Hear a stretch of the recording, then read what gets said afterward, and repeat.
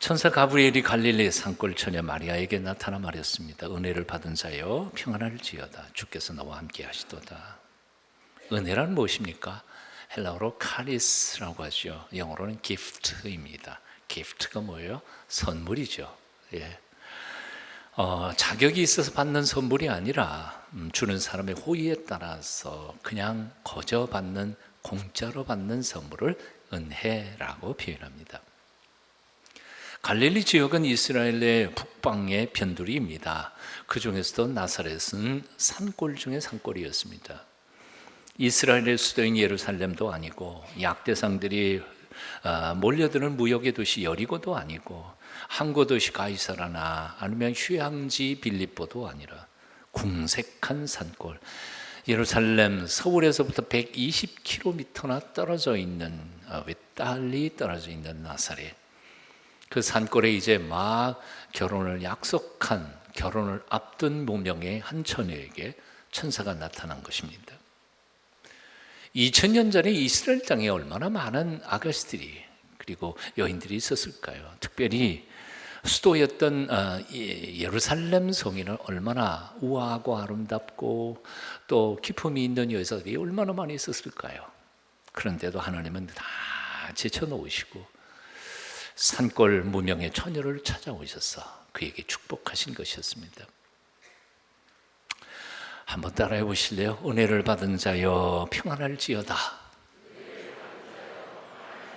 주께서 너와 함께 하시도다. 그런데 곰곰이 생각해 보면 2000년 전에 마리아뿐만 아니라 우리도 이미 은혜 받은 자들이라는 사실입니다. 여러분 그렇게 생각하세요? 그럼 아멘 좀 하세요. 우리도 은혜 받은 사람들이라는 거죠. 남보다 특별히 거룩한 것도 아니고 잘난 것도 아니고 특별히 남보다 정직하거나 겸손한 것도 아닌데도 하나님은 우리를 찾아와 당신의 구원의 백성을 삼아주셨다는 거예요. 이게 은혜가 아니냐 하는 거예요. 아무리 생각해봐도 세상에는 나보다도 훌륭하고 더 선하고 더 성실한 사람들이 수도 없이 많습니다. 나보다 성격이 좋고 많이 배우고 인격적으로도 성숙한 사람들이 세상에 참 많습니다. 그런데도 불구하고 하나님은 그런 사람 다 제쳐놓으시고 이렇게 이기적이고 못됐고 자기 중심적인 나 같은 사람을 하나님의 거룩한 아들, 딸이라 삼아주시고 지금도 임마누엘 우리와 함께 계신다는 것이요. 이게 은혜입니다. 이게 은혜입니다. 유명한 독일의 설교가인 헬무트 틸리케라고 하는 사람은 이런 말을 했습니다. 성탄이 우리에게 전하는 메시지는 하나님은 우리가 어디에 있든지 어떤 처지이든지 우리를 찾아오신다는 사실이다. 잘 들으신 거예요? 하나님은 우리와 어디 있든지 어떤 처지이든지 간에 우리를 찾아서 오신다는 거예요. 그리고 모든 것이 절망적인 마지막 순간에도 하나님은 언제나 우리에게 새로운 기회를 주신다는 사실입니다. 이게 성탄의 메시지라는 거예요. 대림절 넷째 주일 아침 우리가 기억해야 할 세 가지 중요한 복음, 기쁜 소식, 메시지가 있습니다. 첫째, 하나님은 사랑하는 자녀를 찾아오시는 사랑의 아버지시라는 사실이죠. 아멘이십니까? 그리고 두 번째, 하나님은 우리가 어디 있든지 어떤 처지이든지 상관없이 우리를 찾아오신다는 사실이에요. 세 번째, 그래서 우리는 어떤 처절한 환경과 조건 하에 있다 할지라도 우리에게는 언제나 새로운 기회가 열릴 것이라는 사실입니다. 믿으세요? 그래서 대림절은 행복한 그리고 희망의 계절이고 또한 복된 기쁨의 계절인 게 틀림이 없습니다. 이 복된 계절에 옆에 있는 사람에게 문안 인사드립니다. 저 천사 가브리엘을 대행해 주십시오. 옆에 있는 사람한테 이렇게 말합니다. 은혜를 받은 이여 주님께서 당신과 함께 하십니다 하고 인사 한번 하시겠어요? 아멘. 아멘. 저도 여러분에게 한번 하겠습니다. 은혜를 받으신 여러분, 하나님이 여러분과 함께 하십니다. 아멘. 오늘 본문이 우리에게 주시는 첫 번째 메시지입니다. 은혜를 받으니요 하나님이 당신과 함께 계십니다. 두 번째 메시지가 있습니다. 은혜 받은 거 그냥 좋아만 할 게 아니라는 사실이에요. 한번 따라해 보실래요? 은혜 받은 자에게는 책임도 있다. 이게 문제예요. 31절 여러분 같이 읽어봅니다. 함께 읽습니다. 시작. 보라 내가 잉태하여 아들을 낳으리니 그 이름을 예수라 하라. 처녀 보고 애 낳으라는 겁니다. 처녀 보고 애 낳으라는 거예요. 놀라지를 않으시네요. 도대체 이 무슨 해괴망측한 일입니까? 처녀 보고 애 낳으라니. 성령님이 임하셔서 임신하게 되었고 그래서 애 낳았다는 말을 세상에 누가 믿어주냐 말이에요. 여러분 믿을 수 있겠어요? 처녀가 애 낳아도 할 말은 다 있다 그러잖아요. 그렇지만 그 말을 누가 믿어주겠어요? 아무도 안 믿어줘요. 순결과 정죄를 생명보다 더 소중히 여기던 당시 유대 사회에서 아버지가 누군지도 모르는 애를 낳은 처녀가 얼마나 위험한 일입니까? 돌에 맞아 죽을 일이에요. 우리 한국에서는 그게 그냥 말로 그렇지 진짜 2000년짜리 유대 사회에서는 돌에 맞아 죽는다는 말이에요. 진짜 율법에 의하면. 그 위험한 일을 어떻게 이 순결한 처녀 마리아에게 하느님이 명령하고 계시느냐 하는 것입니다. 엄청난 은혜 틀림없지만 그러나 거기에 수반되는 것은 엄청난 희생, 의무가 있다는 거지. 받은 은혜도 엄청난 것이지만 그 은혜 받은 자로서 마리아가 치루어야 할 대가도 엄청난 것이었습니다. 목숨과 맞바꾸는 거죠. 노블리스 오블리주. 우리 이제 불문학과 교수님이 저기 앉아 있어가지고 내가 발음을 잘 못하겠어요. 그건 알아서 들으세요.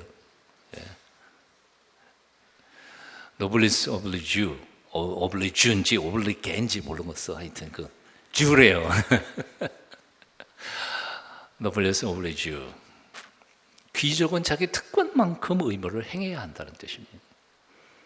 14세기 100년 전쟁 때 프랑스 도시 깔레이에 영국군이 쳐들어가서 포위를 하게 됐습니다. 그리고 항복을 받아냅니다. 영국 왕은 모든 시민의 생명을 보장하는 조건으로 대신에 도시 대표 6명을 처형하게 명령했습니다. 하지만 누가 기꺼이 자기가 죽기로 작정할 사람이 누가 있었겠느냐 하는 거예요.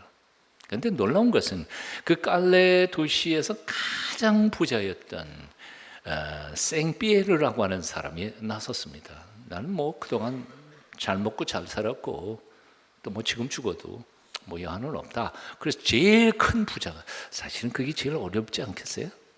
예? 그거 놓고 어떻게 눈 감아요? 근데도 불구하고 제일 큰 부자가 제일 먼저 척 나서자 깔레 시장이 나오고 그 다음에 법조인들과 귀족들이 동참해서 6명이 채워졌습니다. 결국은 죽게 됐는데 실제로 결론만 얘기하면 이렇습니다. 그때 영국 왕의 왕비가 임신을 했었습니다. 얼마 있으면 이제 아이를 낳을 텐데 아무래도 깨름직한 겁니다. 그래서 왕을 졸라가지고 나를 봐서라도 살려주세요. 그래서 사실 6명은 죽지 않았습니다. 살아났어요. 그러나 그 사건 이후에 바로 그 희생정신 6명의 노블레스 오블리주라고 하는 가진 자는 가진 만큼의 의무가 있다는 교훈을 남기게 된 것입니다. 높은 사람은 높은 자리에 걸맞는 삶을 보여줘야 한다는 겁니다. 오늘 이 한국 사회의 정치 이 문제가 있어서 그렇지만요. 권력을 가진 사람들은 그만한 특혜가 주어지는 것과 동시에 그만한 책임과 의무가 있다는 겁니다. 유럽의 옛 성들, 고성의 성주들은 한결같이 나이가 젊어서 죽었다고 합니다. 어떤 사람은 20대에 죽고 어떤 사람은 30대 초반에 일찍 죽는다는 거예요. 오래 산 사람이 없었대요. 이유는 간단해요. 전쟁이 일어나면 언제나 앞장서서 자기 영토에 있는 주민들을 보호하기 위해서 전쟁터에서 전사했기 때문에 성주들이 오래 사는 경우가 별로 없었다는 거죠. 여러분, 카네기라고 하는 부자는 이런 말을 했습니다. 부자인 채 죽는 것은 세상이 가장 부끄러운 일이다. 그래서 그는 자신의 철강 회사를 처분해서 말년에 자선 활동에 올인을 했습니다. 록펠러, 포드, 빌 게이츠 다 그런 삶을 살았고 지금도 살아가고 있는 사람들입니다. 우리 옛말에 부자가 3대 못 간다는 말이 있습니다. 하지만 그것과는 전혀 다른 300년을 천석군을 계속 지낸 경주 최부잣집의 얘기는 우리가 정말 기억해야 할 집안 얘기라고 생각해요. 그 비결이 있다고 합니다. 조상님들이 후손들에게 늘 이렇게 말했다는 거죠. 우리 집 사방백리 안에서는 죽는 사람이, 굶어 죽는 사람이 없게 하라. 이 자손들에게 내는 유언인 거예요. 백리 안에 굶어 죽는 사람이 없게 하라. 와, 동순교회 심리 안에 굶어 죽는 사람이 없게 하라. 그걸로 들으면 참 좋겠다 그런 생각도 해봅니다만, 사랑하는 여러분, 남보다 더 많이 배우셨습니까? 배운 지식만 자랑만 하지 마십시오. 그 지식으로 남을 섬기십시오. 많이, 남보다 더 많이 가지고 계십니까? 그 부를 자신의 배만 불리지 마십시오. 이 어렵고 추운 겨울날 여전히 배고프고 쓸쓸하고 고독한 사람들을 풀어서 섬기십시오. 남보다 더 건강하십니까? 튼튼한 몸으로 잘 걷지 못하시는 어르신들, 연약한 이들을 도움의 손길을 펴실 수 있기를 바랍니다. 남보다 더 하나님의 은혜를 많이 받으셨습니까? 이제 신앙생활을 처음 시작하는 분들을 섬기고 도우십시오. 그들이 굳은 신앙 위에 서서 당당하게 행복하게 신앙생활을 할 수 있도록 곁에서 도와주시라 그 말입니다. 그런데 문제는 제가 그동안 목회하면서 이렇게 살펴보니까요, 문제는 뭐라고 그러냐면 자기는 많이 가진 적이 없었다고 생각하는데 문제가 있다는 거예요. 우선 훈련을 좀 한번 해 보십시다. 한번 따라해 보세요. 많이 가진 자가 많이 일해야 한다. 따라해 보세요. 많이 가진 자는 많이 일해야 한다. 많이 가진 자는 많이 나눠줘야 한다. 많이 가진 자는 많이 드려야 한다. 대답을 잘 하셨어요. 말을 잘 따라 하셨는데 이유는 간단해요. 나는 많이 안 가졌으니까. 저 많이 가진 사람은 많이 일하시고 많이 드리시고 많이 나누시라, 그렇게 생각한 것 때문에 따라 하신 거죠. 경험을 통해 보니까요, 많은 사람들이 자기는 많이 받았다고 생각하지 않아요. 적어도 삼성이나 현대가 정도 돼야 5달란트라고 생각하지요. 나는 2달란트 아니면 겨우 1달란트 겨우 받았다고 생각하는 크리스찬들이 너무너무 많다는 거예요. 그러니까 좀 더 번 후에 일하겠다, 좀 더 번 후에 드리겠다, 이렇게 생각하는 사람들이 너무너무 많다는 거예요. 여러분은 어떻게 생각하십니까? 여러분은 스스로 나는 얼마를 받았다고 생각하십니까? 5달란트 받았다고 생각하십니까? 아니면 2달란트입니까? 아니면 1달란트입니까? 그래서 지금 하나님이 주신 달란트를 땅에 묻어놓고 살고 계시지 않습니까? 18세기 영국에서 산업혁명이 일어났습니다. 농사 짓던 이들이 도시로 몰려와 공장 근로자들이 되었습니다. 농사져 가지고는 생활을 할 수가 없었으니까요. 그 전까지 영세 수공업자들, 간의 수공업 해가지고 돈 벌던 집안의 기업들이 다 무너져 내렸습니다. 왜냐하면 공장에서 다량 생산하는 물건들의 값을 어떻게 할 수가 없는 거예요. 그러니까 다 문 닫았어요. 할 수 없이 그런 사람들은 공장 근로자로 취직할 수밖에 없었어요. 그러다 보니까 돈 있는 사람은 더 돈을 많이 벌게 되고 가난한 사람들은 더 가난해졌습니다. 사실 오늘날 우리 한국 사회보다 훨씬 더 그때는 더 힘들었습니다. 런던 거리에 굶어 죽어가는 사람들이 수도 없이 많았으니까요. 기록에 의하면 6살짜리 이 술 취한 아이, 또 담배 중독 걸리는 아이들이 있었다는 거예요. 왜냐하면 이유는 간단합니다. 술 찌꺼기로 배를 채우니까 어쩔 수 없이요. 여러분, 우리 오래전 우리 한국에도 있었던 일들이에요. 먹을 게 없으니까 술 만들고 찌꺼기 갖다가 그거 먹고 술 해롱해롱 가지고 학교 온 아이들이 제법 있었거든요. 뭐 이런 얘기를 알 수가 있나? 나이 든 사람들이나 알지. 그런데 가난한 노동자들은 남들을 생각할 겨를이 없었습니다. 간신히 먹고 살았습니다. 그런데 조지 핏필드라고 하는 사람, 존 웨슬리라고 하는 목사님들이 신앙 부흥 운동을 시작하자 사회가 조금 달라지기 시작했습니다. 아니, 기적이 일어나기 시작한 겁니다. 전에는 이 노동자들이 이 세상에서 자신들이 가장 가난하고 가장 불행하다고 생각했었습니다. 하지만 마음의 눈이 열리는 순간 세상에서 자신들보다 더 가난한 분이 한 분 계셨다는 사실을 깨닫게 된 거죠. 그게 누구냐? 예수 그리스도였다는 거예요. 그들이 마른 빵과 영양가 없는 스프를 먹고 있을 때 주님은 굶으셨다는 사실을 깨달았습니다. 그들이 기름이 찌들은 다 떨어진 작업복을 입고 있을 때 주님은 옷마저 벗긴 채 십자가에 달리셨음을 그들은 깨닫게 된 것이었습니다. 그들이 자신의 허약하고 병든 몸을 만지고 탄식할 때 주님께서는 십자가 높이 달려 피를 흘리시며 죽어가셨다는 사실을 깨닫기 시작했습니다. 그래서 그들은 십자가 앞에서 눈물 쏟으며 이렇게 외쳤습니다. 오 주님, 우리는 너무 부자입니다. 우리는 너무 많이 가졌습니다. 적지만 우리 것도 받아 주시옵소서.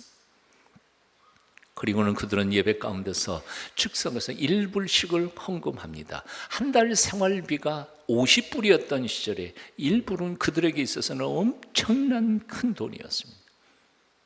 그 피 같은 돈을 모아서 자기들보다 더 가난한 사람들을 돌보기 시작합니다. 성탄에 오시는 예수 그리스도의 사랑을 알지도 못하는 저 아프리카 원주민들에게 선교비가 보내어집니다. 그래서 시작된 것이 바로 런던 선교회, 리빙스턴과 같은 불멸의 선교사를 파송한 런던 선교회에는 바로 이 이름 없는 노무자들 1불의 눈물과 헌신과 희생으로 시작된 선교기관이었습니다. 여러분 아직도 적게 받았다고 생각하십니까? 우리는 생각해 보면 엄청나게 많은 것들을 이미 받아놓고 사는 사람들입니다. 지금도 그 엄청난 하나님의 은혜 가운데서 살아가고 있는 사람들입니다. 이 아름다운 복된 계절에 내일 죽을지 모레 죽을지 아니면 1시간 뒤에 죽을지도 모르며 병원에서 죽음을 기다리는 환자들이 있다는 사실을 여러분 아시지요? 이 아름다운 계절에 자식놈 하나 찾아오지 않는 죽음을 기다리는 양로원의 어르신들이 있다는 사실도 여러분 아시지요? 이 추운 겨울을 몸으로 때우는 노숙자들과 너무 외로워서 고독해서 자살까지 생각하는 이들이 우리 주변에 한둘이 아닙니다. 아르바이트를 하루에 2군데 3군데 뛰고도 방세 내고 등록금 내기 벅찬 대학생들, 우리 젊은이들이 있다는 사실 또한 우리가 기억해야만 합니다.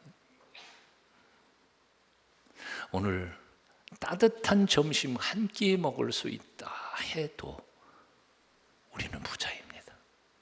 이미 부자예요. 오늘 내 다리로 걸어서 교회에 온 것만 해도 여러분은 건강하신 겁니다. 이렇게 하나님 앞에 나와 함께 따뜻한 곳에서요, 저 밖에 비가 주룩주룩 내리는데 이 따뜻한 곳에서 하나님 앞에 예배할 수 있다는 것 자체가 엄청난 넘치는 은혜가 아니겠습니까? 이 성탄의 계절의 주위를 한번 돌아보십시오. 나보다 더 아프고 더 고독하고 더 괴로운 사람들이 얼마나 있는지를 한번 돌아보며 하나님께 감격하고 하나님께 그동안 감사하면서 살지 못했던 우리의 허물에 대하여 회개하는 계절로 보내실 수 있기를 바랍니다. 하나님은 산골처녀 마리아에게 은혜를 받은 자라 하시며 그에게 희생을 요구하셨습니다. 우리 또한 은혜 받은 자이기 때문에 은혜 받은 자로서 희생하며 헌신해야 할 줄로 믿습니다. 그런데 그 작은 희생과 헌신을 통하여 하나님은 우리의 삶 속에 기적을 행하고 계신다는 사실을 잊지 마십시오. 그래서 오늘 세 번째 메시지 묵상합니다. 은혜 받은 자가 치러야 할 희생, 대가는 다름 아닌 순종이라는 사실입니다. 순종입니다. 38절 여러분 한번 같이 읽어보겠습니다. 38절 함께 읽습니다. 시작. 마리아가 이르되 주의 여종이 오니 말씀대로 내게 이루어지이다 하며 천사가 떠나가니라.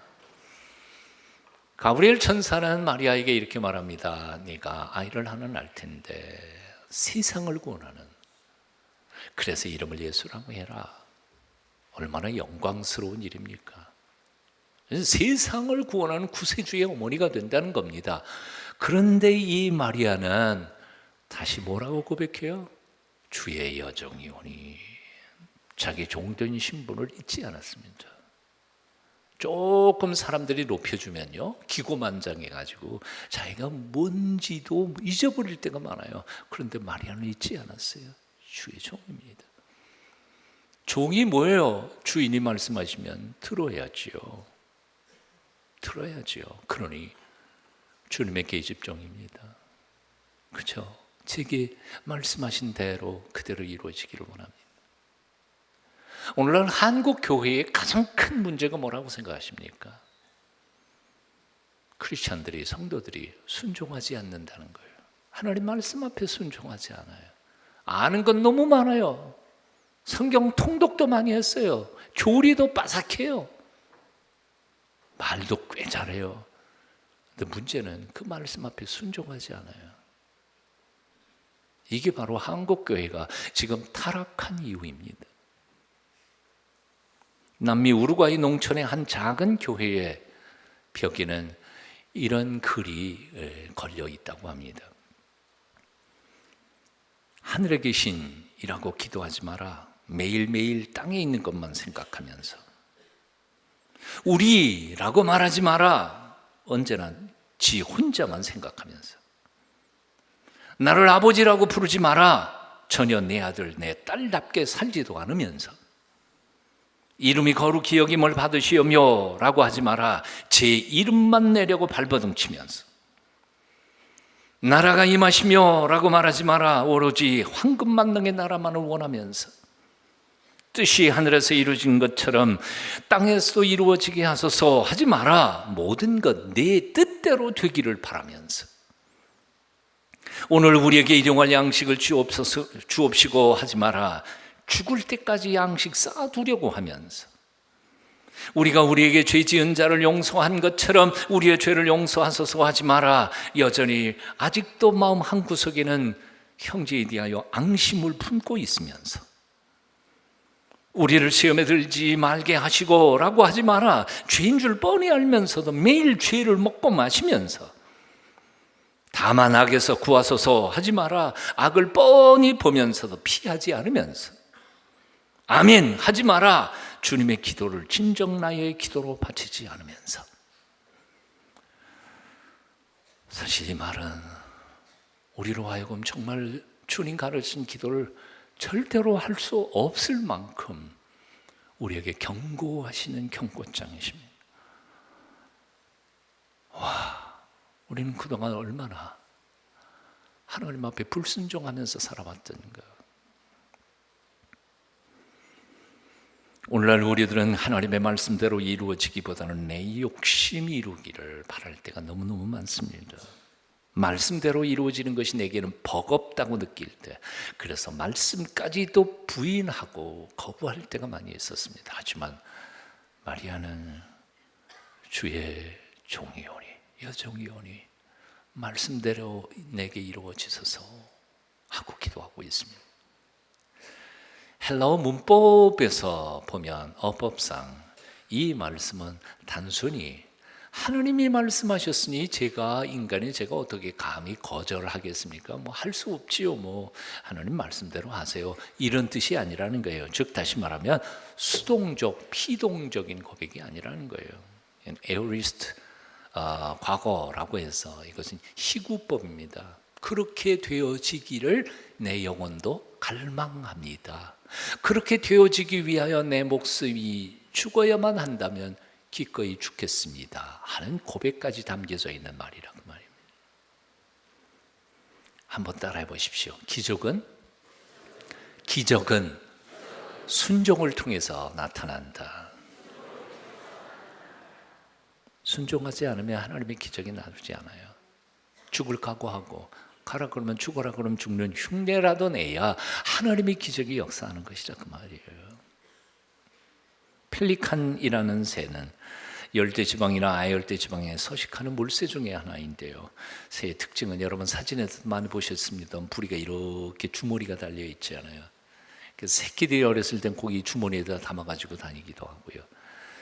그리고 먹을 것 얻으면 그 주머니에다 담았다가 새끼들 먹이주고요. 그런데 겨울이 돼서 먹을 것이 없거나 아니면 몸이 너무 늙어서 사냥을 하지 못하게 됐을 그때에는 주둥이로 자기 가슴팍을 뜯어서 자기 새끼에게 피를 내서 먹이고 자기 살을 찢어서 새끼에게 먹인다고 합니다. 그러고 죽어간다는 거예요. 피 흘리기까지 자신을 희생해서 남을 살리는 이런 희생정신, 이런 걸 가리켜서 슈바이처 박사가 최초로 펠리카니즘이라고 표현을 했습니다. 펠리칸처럼 자기의 피를 내서 살점을 뜯어서 남을 살려내는 이 봉사정신. 생각해보면 마리아야말로 이 성탄의 펠리칸일 것입니다. 아니 좀 더 깊이 생각해보면 이 마리아를 통해서 이 땅에 죽으러 오신 예수 그리스도야말로 또한 또 다른 영적 펠리칸이십니다. 그리고 좀 더 깊이 생각해보면 사실은 그 마리아의 믿음을 뒤따라가며 예수님의 제자라고 자처하면서 신앙생활하는 저와 여러분 모두 성도들이 이 세상의 펠리칸이 되어야 할 줄로 믿습니다. 그래야 주님의 제자가 되는 거죠.